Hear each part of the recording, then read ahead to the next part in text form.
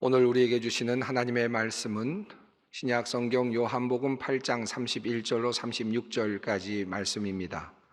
신약 성경 요한복음 8장 31절로 36절까지 말씀입니다. 이 계시의 말씀을 봉독할 때 다 함께 살아계신 하나님의 음성을 들으실 수 있기를 바랍니다. 그러므로 예수께서 자기를 믿은 유대인들에게 이르시되 너희가 내 말에 거하면 참으로 내 제자가 되고 진리를 알지니 진리가 너희를 자유롭게 하리라. 그들이 대답하되 우리가 아브라함의 자손이라 남의 종이 된 적이 없거늘 어찌하여 우리가 자유롭게 되리라 하느냐. 예수께서 대답하시되 진실로 진실로 너희에게 이르노니 죄를 범하는 자마다 죄의 종이라. 종은 영원히 집에 거하지 못하되 아들은 영원히 거하나니 그러므로 아들이 너희를 자유롭게 하면 너희가 참으로 자유로우리라. 아멘. 우리가 신앙생활을 하면서 종종 묻게 되는 질문이 있습니다. 오늘도 여러분과 함께 묻고 싶은 질문입니다.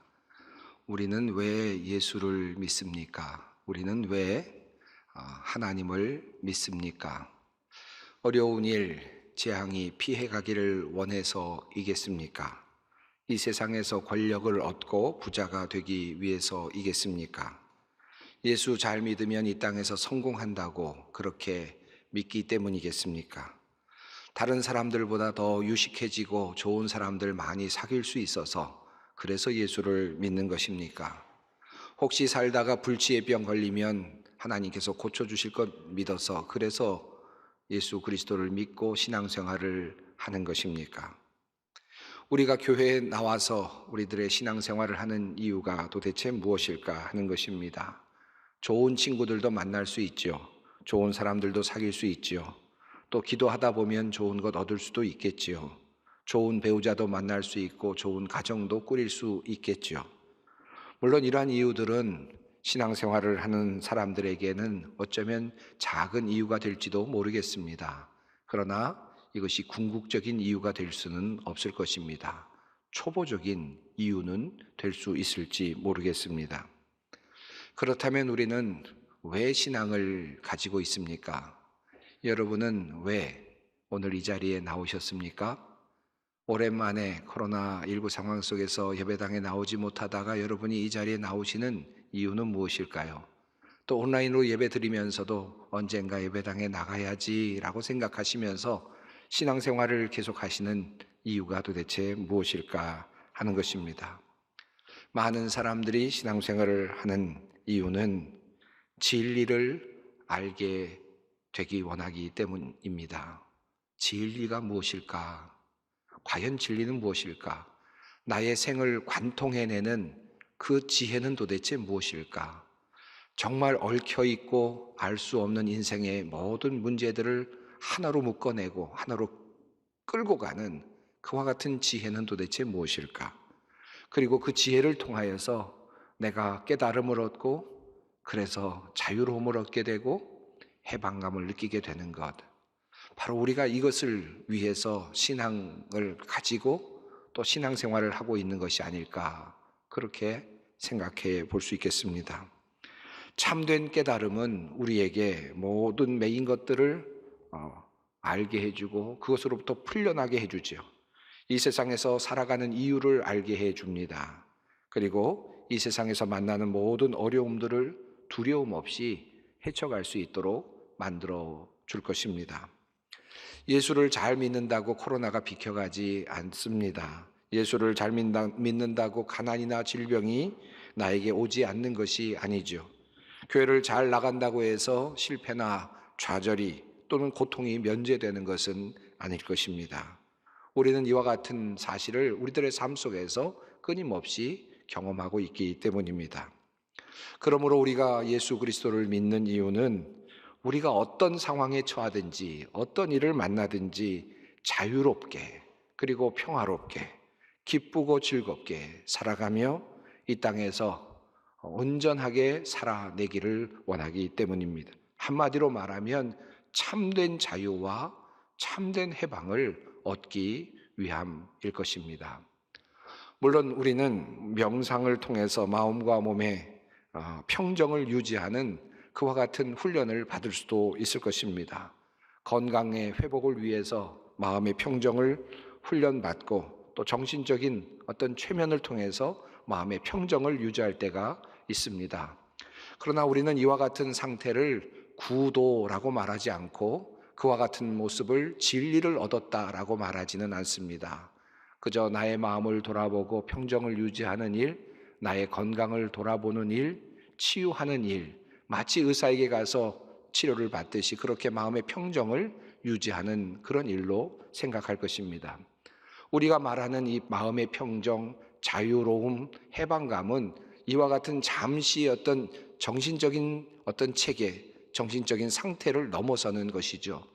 모든 인생의 의미를 관조하고 관통해내고 그리고 나서 어떤 상황 속에서도 흔들림이 없는, 심지어 죽음 앞에서도 흔들림이 없는 그와 같은 평정심, 그리고 자유로움, 해방감, 이것이 바로 참된 진리가 아닐까, 또 우리가 믿고 있는 신앙함의 의미가 아닐까라고 생각을 하게 할 수 있습니다. 오늘은 로마서 8장에서 이와 같은 진리 안에서 참된 자유를 누리고 있는 한 사람 바울의 고백을 볼 수 있습니다.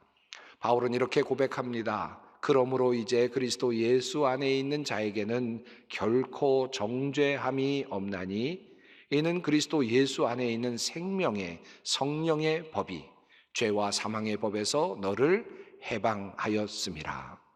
정죄함이 없다. 더 이상 나에게는 정죄함이 없다라고 고백하면서 이제 해방만이 우리에게 있다라고 그렇게 이야기를 하면서 시작된 로마서 8장의 말씀은 허무 속에서 굴복하고 있는 피조물들, 모든 피조물들의 탄식을 다시 상기시킨 후에 마지막 부분에서 자신 있게 이와 같은 고백으로 끝을 맺고 있습니다. 누가 우리를 그리스도의 사랑에서 끊을 수 있겠습니까? 환난입니까? 공고입니까? 박해입니까? 굶주림입니까? 헐벗음입니까? 위협입니까? 또는 칼입니까? 그러나 우리는 이 모든 일에서 우리를 사랑하여 주신 그분을 힘입어서 이기고도 남습니다. 나는 확신합니다. 죽음도 삶도 천사들도 권세자들도 현재일도 장래일도 능력도 높음도 깊음도 그 밖에 어떤 피조물도 우리를 우리 주 예수 그리스도 안에 있는 하나님의 사랑에서 끊을 수 없습니다. 놀라운 고백이 아닐 수 없습니다. 바울은 환난 가운데서도 심지어 박해 속에서도 굶주림 속에서도 그리고 죽음이 나에게 온다 할지라도 그것 속에서도 흔들림이 없는 참다운 깨달음을 깨닫습니다. 그것은 바로 예수 그리스도 안에 드러난 하나님의 사랑이었습니다. 많은 종교들이 깨달음을 이야기합니다. 그리고 그 많은 종교들이 그 깨달음을 우리들에게 알려주고 지혜로 가르쳐주고 있습니다. 일반적으로 종교는 인간의 한계를 경험하도록 하지요. 인간의 한계를 인정하도록 합니다. 인간의 허물을 바라보게 합니다. 직시하게 하지요. 그리고 결국은 우리 인간이 죽는 것이다 라는 사실을, 그리고 자연의 일부로 돌아간다는 사실을 받아들이도록 합니다. 그리고 모든 것을 포기하게 하고 마음껏 포기하게 하고 그리고 모든 것을 운명으로 받아들이도록 요청합니다. 이렇게 하는 것이 지혜라고 가르치고 그리고 마음의 평정을 유지하도록 그렇게 가르치죠. 이렇게 해서 얻는 평안, 이렇게 해서 얻는 깨달음이 있을 수 있습니다. 하지만 우리의 운명은 바뀌는 것은 없습니다. 그저 우리는 늙어가고 죽어갈 뿐이죠. 죽음 이후에 우리에게 희망은 없어 보입니다. 그러나 이 사도 바울이 경험하고 있는 또 다른 깨달음은 완전히 다른 차원의 것입니다. 인간의 허물을 직시합니다. 피조물의 허물을 직시합니다. 모든 것이 다 끝난다는 사실, 결국은 죽음으로 종결된다는 사실을 직시합니다. 그런데 거기서 끝나는 것이 아니라 예수 그리스도 안에 드러나고 있는, 예수 그리스도의 사건 안에서 드러나고 있는 하나님의 사랑을 그곳에서 발견하는 것입니다. 다시 말하면 하나님이 이 허무 가운데 살고 있는 나를 사랑하신다. 하나님께서 그저 결국은 죽어갈 수밖에 없는 우리 인간을 사랑하고 계시고 나를 사랑하고 계신다. 나에게 관심을 갖고 계신다. 나를 위해서 일하고 계신다라고 하는 분명한 깨달음, 이것이 바로 바울이 경험했던 깨달음이었습니다. 이것이 바로 참된 진리였습니다. 우리가 신앙을 갖는다는 것은 바로 이러한 깨달음으로부터 오는 것입니다. 하나님이 나의 편이시다. 하나님이 나를 위해서 일하고 계신다. 나의 죽음 이후에도 하나님은 나의 편이시고 나를 위해서 일하고 계시고 나의 문제를 해결하시기를 원하셨고 그 일을 이미 해결하셨다라고 하는 바로 그 깨달음, 이것입니다. 이와 같은 깨달음을 우리가 평상시에 유지할 수 있으면 얼마나 좋겠습니까? 항상 유지할 수 있으면 얼마나 좋겠습니까? 이 깨달음을 가지고 우리가 평생 동안 일관되게 그 기쁨을 누리며 살아갈 수 있다면 얼마나 행복하겠습니까? 바울이 경험하고 있는 어떤 것도 나를 그리스도의 사랑에서 끊을 수 없다는 이 고백으로 끝까지 살아낼 수 있으면 얼마나 좋겠습니까? 하지만 사실 우리 인간은 그와 같은 힘 있는 존재, 일관성 있는 존재가 아니라는 것이 참으로 안타깝습니다. 성경을 통해 나타나는 하나님은 처음부터 인간에게 자유를 주시고자 하시는 그런 하나님으로 나타납니다. 그러나 인간은 끊임없이 무엇인가에 매이고 또 속힘을 받고 결국은 그곳에서 빠져나오지 못하는 그와 같은 존재로 나타납니다. 하나님께서 인간에게 자유를 주시는 첫 번째 장면은 하나님께서 선악과를 만들어 주시는 장면이죠. 선악과를 따먹을 수도 있다는 사실을 분명히 알고 계셨음에도 불구하고 하나님께서는 인간에게 자유를 주시기를 원하셨습니다. 그래서 그에게 선악과도 함께 주시죠.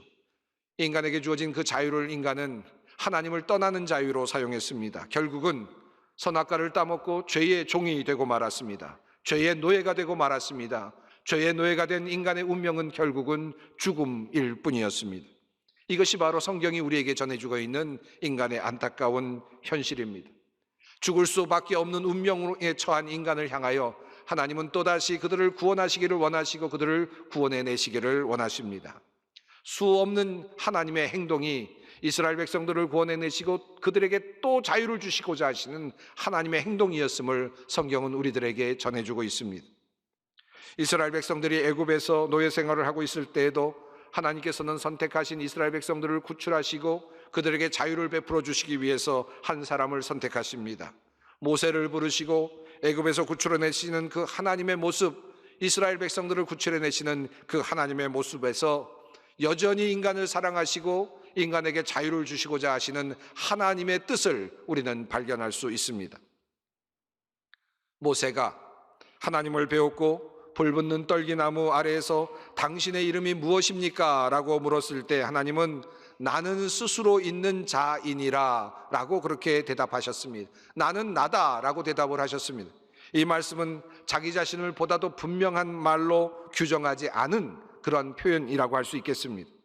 하나님은 자기의 어떤 언어에 어떤 말에 어떤 규정에 매이기를 원치 않으시는 분이셨습니다. 자유로우신 분이라는 사실을 자신의 이름 가운데서도 드러내셨습니다. 그래서 하나님은 자기 자신을 어떤 형상으로 또는 어떤 형태로 한정되게 하는 것을 원치 않으셨습니다. 그래서 십계명의 두 번째 계명에서 하나님께서는 우상을 만들지 말고 어떤 형상으로든지 하나님을 형상화하지 말 것을 명령하십니다. 하나님은 어떤 형상이나 어떤 틀에 가둘 수 있는 분이 아니십니다. 하나님은 자유로운 분이시고 하나님은 무한하신 분이십니다. 그러므로 어떤 틀 안에 들어오실 수 없는 분이셨습니다. 하나님은 그것을 분명하게 말씀하신 것입니다. 그러나 인간은 그 하나님을 어떻게 해서든지 규정하고 규범화하고 형상화하려는 모습을 끊임없이 보여주곤 하였습니다. 자기 안에 하나님을 가두려고 하는 그런 모습들이 나타났습니다. 하나님께서 형상을 만들지 말라고 모세에게 시내산 위에서 말씀하고 계실 바로 그때에 아론을 비롯한 이스라엘 백성들은 그 아래에서 이미 하나님의 형상을 만들어 놓고 그 앞에서 절을 하고 있었습니다. 아론이 그들의 손에서 금고리를 받아 부어서 조각칼로 새겨 송아지 형상을 만드니 그들이 말하되 이스라엘아 이는 너희를 애굽 땅에서 인도하여 낸 너희의 신이로다 하는지라. 금송아지 형상을 만들어 놓고 그것이 우리를 이끌어내신 하나님이라고 말하고 있는 그 모습을 보시면서 하나님이 어떤 마음이셨을까 상상해 봅니다. 자유로우시고 어떤 형상으로도 표현될 수 없으신 하나님을 인간은 송아지의 형상으로 만들어 버렸습니다. 그리고는 이것이 우리의 신이다 라고 말하는 그런 모습이었습니다. 이것이 인간의 나약한 현실을 보여주고 있습니다. 하나님은 우리 안에 갇혀질 수 없는 분이시고 우리 안에서 형상화될 수 없으신 분이십니다. 끊임없이 자유로우신 분이시고 무엇인가 매이지 않는 존재이십니다.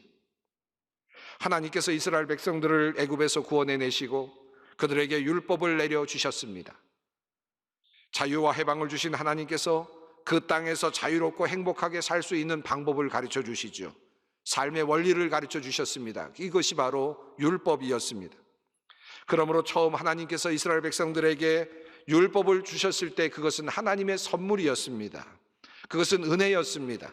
생명의 길이었고 그리고 복된 삶을 살 수 있는 지혜였습니다. 그것 안에는 살아있는 생명력이 있어서 그렇게 따라가고 자발적으로 즐겁게 선택하며 살아간다면 그들에게는 행복이 있었을 것이고 생명력을 가지고 살아낼 수 있었을 것입니다. 그들이 글자에 갇히지만 않았더라면, 문자에 매이지만 않았더라면, 문자라는 또 다른 형상에 갇히지만 않았더라면 말입니다. 그러나 인간은 또다시 율법을 문자 안에 가두고 말았습니다. 무엇을 해서는 안 되고 무엇을 해야만 한다라고 하는 구별을 나누기 시작했습니다. 법을 세웠습니다. 규범을 더욱더 구체화했습니다. 하나님께서 이스라엘 백성들에게 살 길을 알려주시기 위해서 율법을 주셨지만 인간은 그 율법으로 사람을 죽이기 시작했습니다. 율법을 들고 죄인들과 의인들을 구별하기 시작했고 율법을 지키지 않는 이들을 증오하고 시기하거나 무시했고 그리고 하나님께서 구원하시고 그리고 우리에게 구원을 선물로 주셨음에도 불구하고 율법을 문자도로 지키는 것을 도리어 큰 구원으로 착각하며 그렇게 율법주의에 빠져 들어갔습니다. 인간은 이제 율법을 지킴으로 다시 구원을 얻어야 한다는 잘못된 도식에 빠져들고 말았습니다.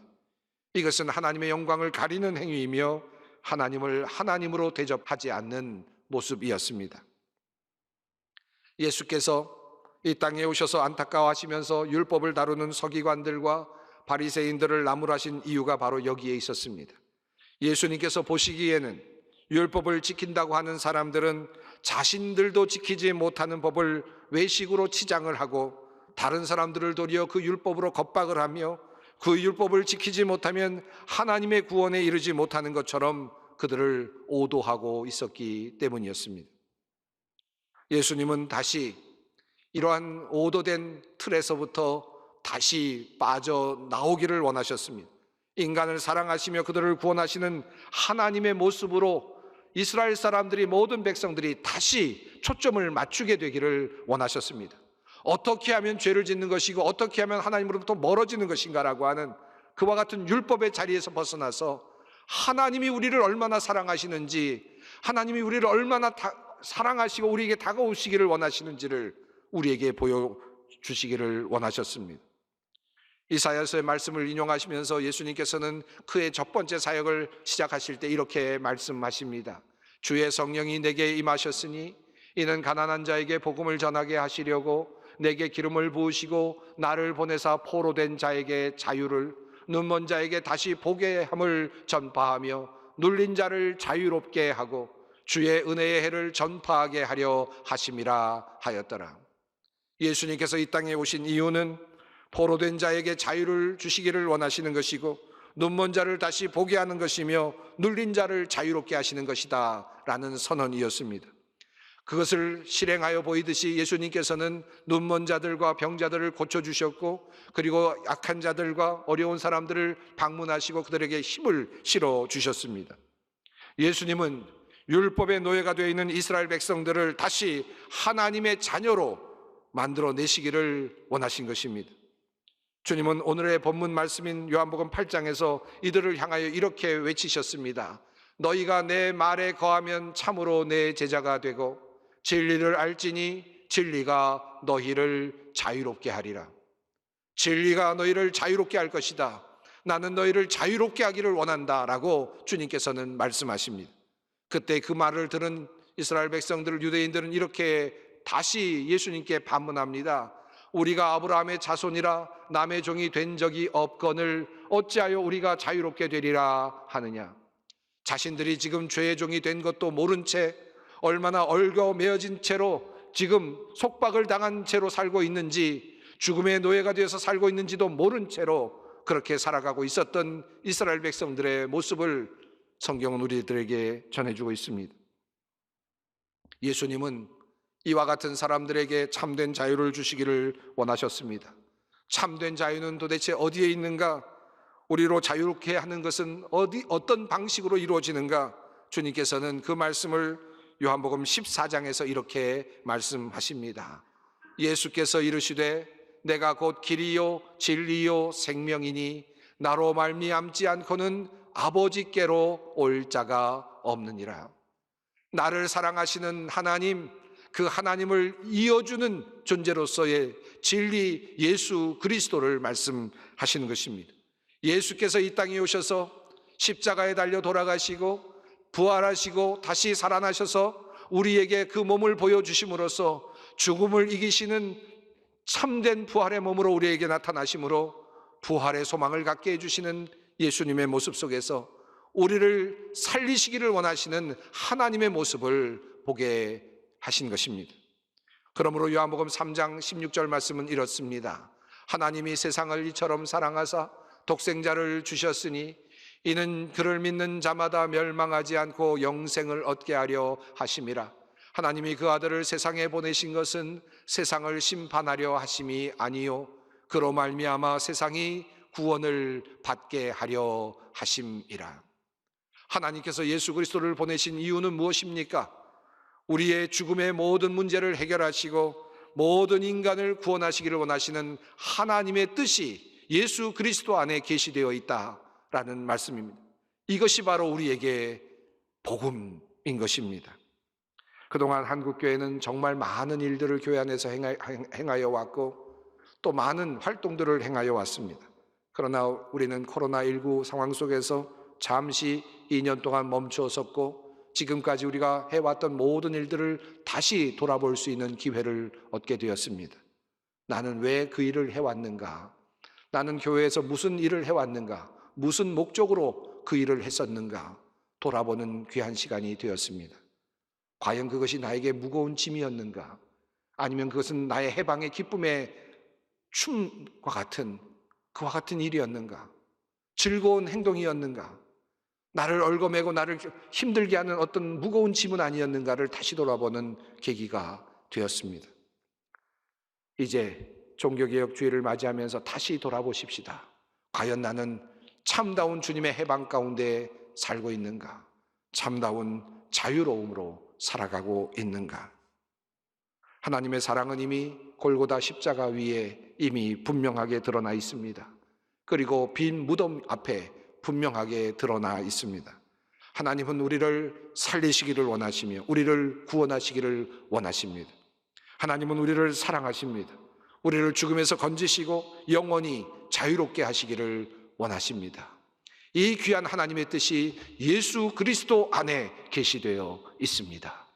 이것을 깨닫는 것, 이것을 받아들이는 것, 이것이 바로 우리의 소망이고 우리의 기쁨입니다.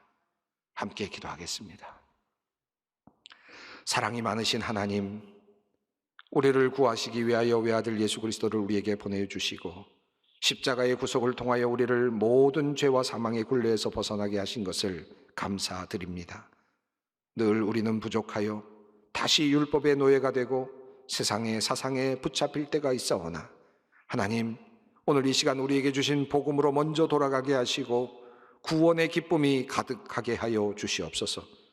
모든 벗어야 할 것들을 벗어버리고 참다운 생명으로 자신 있게 기쁨으로 살아가게 하여 주시옵소서. 예수님의 이름으로 기도드리옵나이다. 아멘.